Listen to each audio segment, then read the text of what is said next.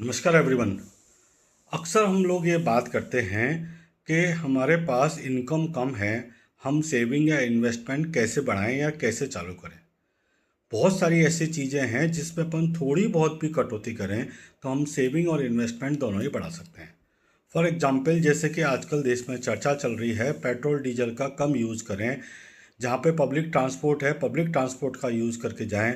ज़रूरत है तो जाएं, नहीं ज़रूरत है तो नहीं जाएं। हाँ जी।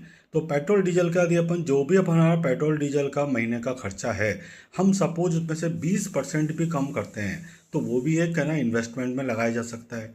इसी तरीके से अपन बाहर जो खाना खाते हैं, ऑयली फूड खाते हैं, हमारा पेट भी ख़राब होता है, लीवर भी ख़राब होता है, हेल्थ भी ख़राब होती है।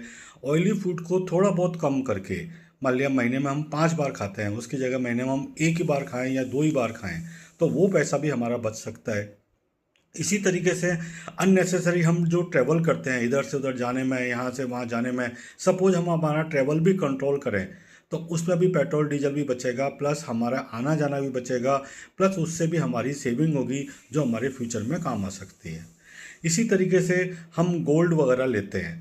गोल्ड वगैरह यदि ज़रूरत है तो हमने लिया, ठीक है, लेकिन हम लोग इन्वेस्टमेंट के लिए भी गोल्ड लेते हैं या सिंपल ऐसे ही गोल्ड लेते हैं कि देखो मेरे पास एक सोने की अंगूठी है या 4 सोने की अंगूठी है या एक सोने की चेन है या 5 वैरायटी के ऑर्नामेंट्स हैं। तो इससे क्या होता है कि हमारी बचत और सेविंग दोनों ही कहीं ना कहीं डिस्टर्ब होती है। तो हम छोटी छोटी आदतें में अपना के, छोटे छोटे खर्चों में कंट्रोल करके, हम हमारे जितने भी खर्चे करते हैं उनमें एक नियम बना लें कि मुझे इसमें हर खर्चे में थोड़ा थोड़ा ये डिडक्शन करना है। वो डिडक्शन 10% भी हो सकता है, 15% भी हो सकता है, 20% भी हो सकता है, यहाँ तक कि 50% भी हो सकता है। ये हमारे को खुद को डिसाइड करना पड़ेगा कि मेरा कौन सा खर्चा ऐसा है जो 10% से 50% तक कम हो सकता है।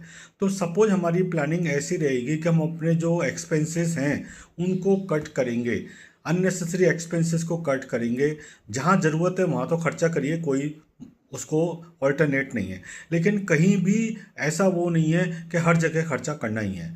तो हमारे एक्सपेंसेस को कंट्रोल करेंगे तो उससे देश की अर्थव्यवस्था भी अच्छी रहेगी, क्योंकि जो नेचुरल रिसोर्सेज हैं वो लिमिटेड है।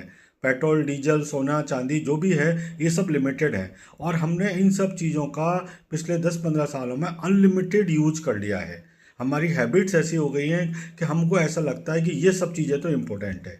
तो आप यदि आज से ही थोड़ी थोड़ी अपनी हैबिट्स चेंज करें, एकदम हैबिट चेंज नहीं होती हैं, हैबिट्स आप चेंज करेंगे। हैबिट चेंज करने के बाद में जो भी आपके पास सरप्लस अमाउंट बचता है उसको आप या तो इन्वेस्ट करें या